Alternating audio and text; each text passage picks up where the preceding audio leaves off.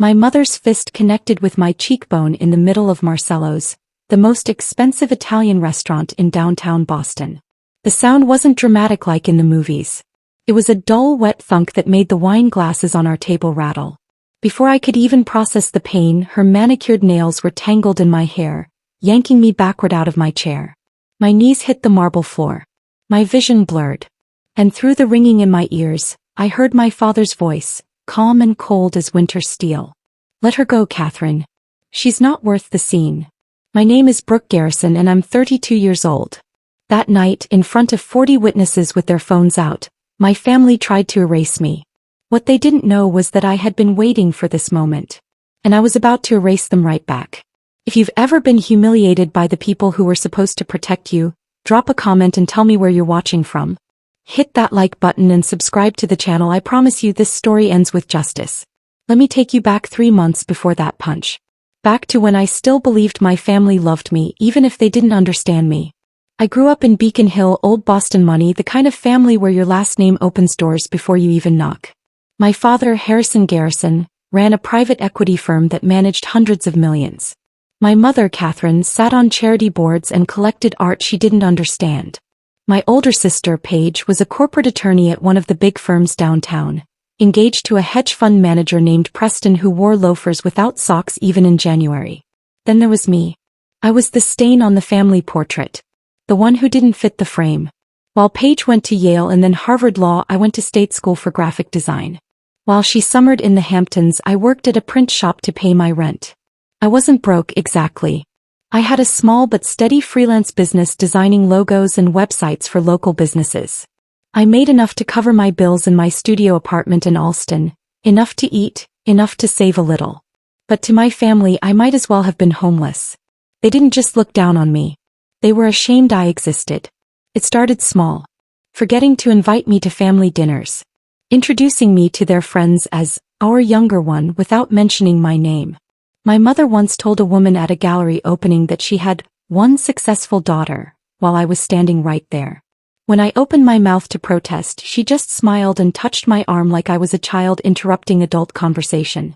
But 3 months ago the cruelty stopped being passive. It became a sport. It was a Friday night in early October. My parents had organized a dinner at their sprawling Victorian home in Beacon Hill to celebrate Paige's engagement. The house was full of people I barely knew. Important people, investors and politicians and old money families whose names were on hospital wings. I showed up in the nicest thing I owned, a simple black dress from Target that I'd paired with my grandmother's pearls. I thought I looked fine. I thought I belonged. I was wrong. The moment I walked through the door, my mother's face tightened. She grabbed my elbow hard enough to bruise and pulled me into the coat closet. "What are you wearing?" she hissed, her breath smelling like the Chardonnay she'd been drinking since 4. "A dress," I said, confused. "You said cocktail attire." "I meant actual cocktail attire, Brooke. Not something from a clearance rack." She looked me up and down like I was a stain on the carpet. "Go upstairs. Paige has clothes that might fit you. Change. Now." I felt heat crawl up my neck. "Mom, I'm not changing. I'm fine." Her eyes went cold. "You're embarrassing us. I'm your daughter. Then act like it." She shoved me toward the stairs and I went, not because I agreed but because I didn't want to make a scene. I locked myself in Paige's old bedroom and sat on the edge of her perfectly made bed, staring at my reflection in the vanity mirror. My cheeks were red. My eyes were wet. And I felt that old, familiar ache, the one that had lived in my chest since I was 14. The ache that said, "You are not enough." I didn't change. I went back downstairs in my Target dress and spent the entire night invisible. No one spoke to me. My father introduced Paige and Preston to a state senator, talking about their future, their brilliance, their potential. When the senator asked if he had other children, my father paused just for a second and then said, "Just the one." I was standing 6 feet away. That night, I cried in my car for 20 minutes before I could even turn the key. But that wasn't the worst of it. The worst came 2 weeks later at Paige's bridal shower. My mother had rented out a private room at the Four Seasons. It was all white flowers and champagne towers and women in designer dresses who smelled like money. I wasn't supposed to be there. My mother told me the shower was immediate family and close friends only, which apparently didn't include me. But my Aunt Diane, my father's sister, had insisted I get an invitation. So I showed up, anxious and underdressed, holding a small gift I'd wrapped myself. The second I walked in, the room went quiet. Not the good kind of quiet. The uncomfortable kind.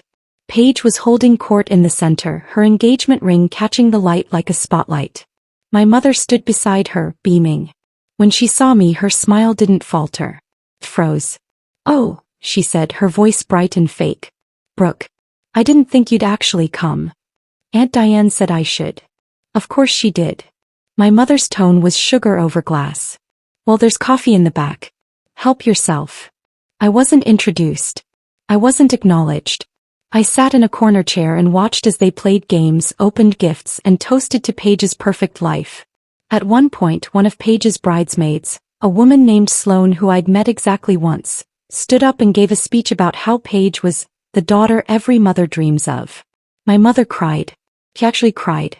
And when it was over, when people were gathering their things, my mother pulled me aside into the hallway. "You need to stop doing this," she said quietly. "Doing what?" "Showing up. Making things awkward. This is Paige's time. Her moment. And you." She trailed off, shaking her head. "You just remind people of what we could have had twice." The words hit me like a physical blow. "What does that mean?" "It means you're a disappointment, Brooke. And I'm tired of pretending otherwise." She walked away, her heels clicking against the marble floor, leaving me standing there with my cheap gift bag and my shattered heart. That was the moment I stopped trying to be loved by them. And I started planning. I went home that night and didn't sleep. I sat at my desk, staring at my laptop screen, my mind racing. For years I had absorbed their cruelty. I had shrunk myself, apologized for existing, tried desperately to be less so they could be more. But I was done. I opened my email and started digging. See, the thing about being invisible in a family like mine is that people forget you're listening. They forget you're in the room. They forget that you have eyes and ears and a functioning brain. Over the years I had heard things. Conversations my father had on the phone in his study. Arguments between my parents about money. Paige complained about work. I had never paid much attention before. But now I started to remember. My father's firm had been struggling. I'd heard him on a call 6 months ago, his voice tense, talking about a bridge loan and temporary liquidity issues. My mother had been furious, accusing him of risking everything on a bad investment. And Paige. Perfect, untouchable Paige. She'd once drunkenly told me at Thanksgiving that she'd billed hours she hadn't worked to meet her quota. She'd laughed about it like it was no big deal. I started taking notes. I made a list of every cruel thing they'd ever said, every time they'd excluded me, every public humiliation. I saved screenshots of family photos where I'd been cropped out. I recorded a voice memo on my phone summarizing everything I could remember. And then I waited. Because I knew deep in my bones that they would give me the perfect moment. All I had to do was let them. That moment came exactly 5 weeks later. At Marcello's. It was supposed to be a family dinner, to finalize wedding details. My mother had texted me the time and place, which surprised me, but I didn't question it. I thought maybe, somehow they were trying. Maybe after everything they wanted me there. I should have known better. I arrived 10 minutes early and found them already seated, drinks in hand. Paige was there with Preston. My parents were at the head of the table. And next to my father was a man I didn't recognize, older, silver-haired, wearing an expensive suit. "Brooke," my father said as I approached, his tone flat. "This is Gordon Whitmore. He's a senior partner at Paige's firm. He's here to discuss some family business." I sat down confused. What kind of business? My mother's smile was thin, sharp. "Brookstone, we've been talking and we think it's time you understood your position in this family." Brookstone. My full name. The one they only used when they were about to lecture me. Gordon cleared his throat. "Your parents have asked me to draft some estate planning documents. Given your financial situation, they want to ensure the family assets are protected and distributed appropriately." My stomach dropped. "What does that mean?" My father didn't look at me. "It means we're removing you from the will." The restaurant noise seemed to fade. The clinking silverware, the low murmur of conversation, all of it disappeared into a high-pitched ringing in my ears. "You're what?" "It's not personal," my mother said, though her tone suggested it absolutely was. "It's practical. Paige has built something. She's contributed. You've just existed. We can't risk our legacy being diluted by someone who doesn't understand its value. I felt my hands start to shake. I'm your daughter. And we've supported you long enough, my father said coldly. You're 32, Brooke. You should have figured your life out by now. Paige, for her part, said nothing. She just sipped her wine and avoided my eyes. I should have stood up. I should have left. But instead I said the one thing I'd been holding in for years. You're all miserable. The table went silent. Excuse me, my mother said, her voice dropping to a dangerous whisper. You heard me. You're miserable. Dad's firm is failing. You're drowning in debt from trying to keep up appearances. And Paige, you're so desperate to prove you're perfect that you've been committing billing fraud for years. Paige's face went white. How dare you, my mother hissed. I dare because it's true. You're all so obsessed with looking successful that you've forgotten how to actually be successful. And you've spent my entire life making me feel worthless because I'm the only one who sees it. That's when my mother stood up. That's when she slapped me. Oh, not slapped. Punched. Her fist came out of nowhere, connecting with my cheekbone hard enough to knock me sideways out of my chair. My head hit the table edge. Stars exploded across my vision. And before I could even scream, her fingers were in my hair, yanking me backward. You ungrateful little bitch, she snarled, dragging me toward the door. People were shouting. The maitre d' was running over. My father was standing, but he wasn't stopping her. He was just watching. And Paige was smiling. I managed to wrench free my scalp, screaming, and stumbled toward the exit. My mother stood there, chest heaving, mascara smeared, looking at me with pure hatred. Get out, she said. And don't ever come back. I left. I walked 6 blocks in the freezing November air, my face throbbing, my hair tangled and bloody at the roots. I sat down on a bench outside a closed coffee shop and pulled out my phone. My hands were shaking so hard I could barely type. But I managed. I opened my email and sent 3 messages. The first was to the Massachusetts Bar Association. In it, I attached a detailed account of Paige's billing fraud, including dates, case numbers, and amounts. I included the voice memo where she'd admitted it to me. The second was to the Securities and Exchange Commission. I sent them everything I'd overheard about my father's firm, the bad loans, the liquidity issues, the suspicious offshore accounts I'd seen paperwork for in his study years ago.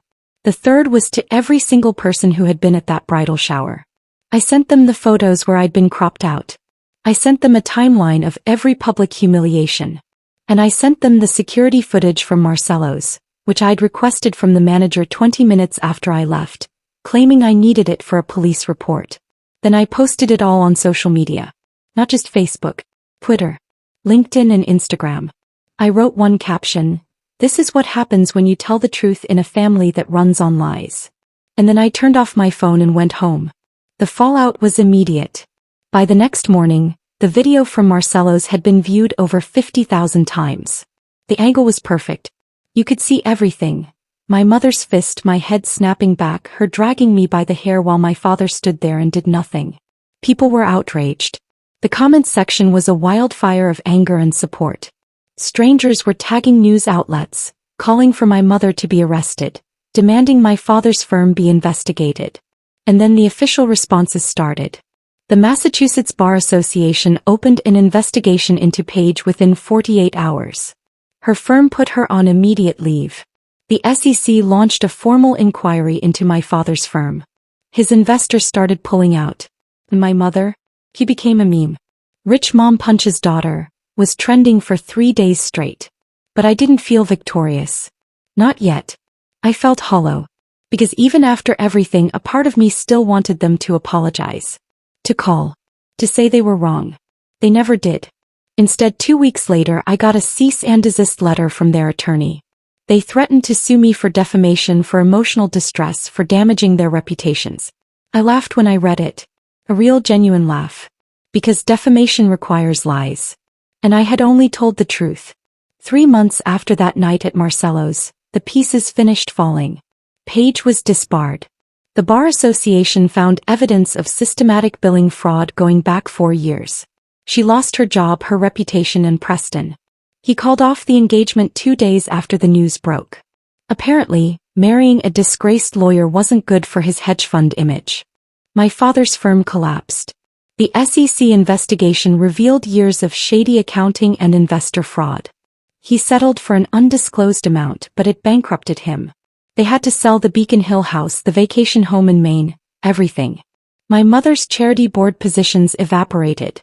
No one wanted to be associated with the woman who'd assaulted her own daughter on camera. They tried to rebuild. They tried to disappear. But the internet doesn't forget. And neither did I. I didn't go to Paige's non-wedding. I didn't help them pack up the house. I didn't take their calls when they finally, desperately tried to reach me. I just lived my life.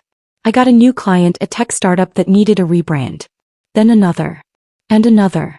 Within 6 months I had more work than I could handle. I hired an assistant. Then a second designer. My little freelance gig became a small agency. I moved out of my studio in Alston and into a real apartment with hardwood floors and windows that didn't rattle when the train went by. And I slept better than I had in years. A year after that night I got an email from my Aunt Diane. She said my mother wanted to meet for coffee. To talk. To clear the air. I deleted it without responding. Because I didn't need closure from them. I had already closed that chapter myself. The last time I saw any of them was by accident. I was walking through Boston Common on a Sunday afternoon, and I spotted my mother sitting on a bench. She looked older. Smaller. Her designer coat was worn at the cuffs, her hair was thinner, and she was alone. He saw me too. For a moment we just stared at each other across the path. Then I turned and walked away. Because the truth is I didn't destroy them. They destroyed themselves. I just made sure everyone else could see it. If you've ever been underestimated by your own family, if you've ever been told you weren't enough, leave a comment and tell me your story. And if this story made you feel something, hit that subscribe button. Because justice isn't just about revenge. It's about making sure the truth can't be buried. Thanks for listening. And remember, the people who try to make you small are usually the ones who are already shrinking.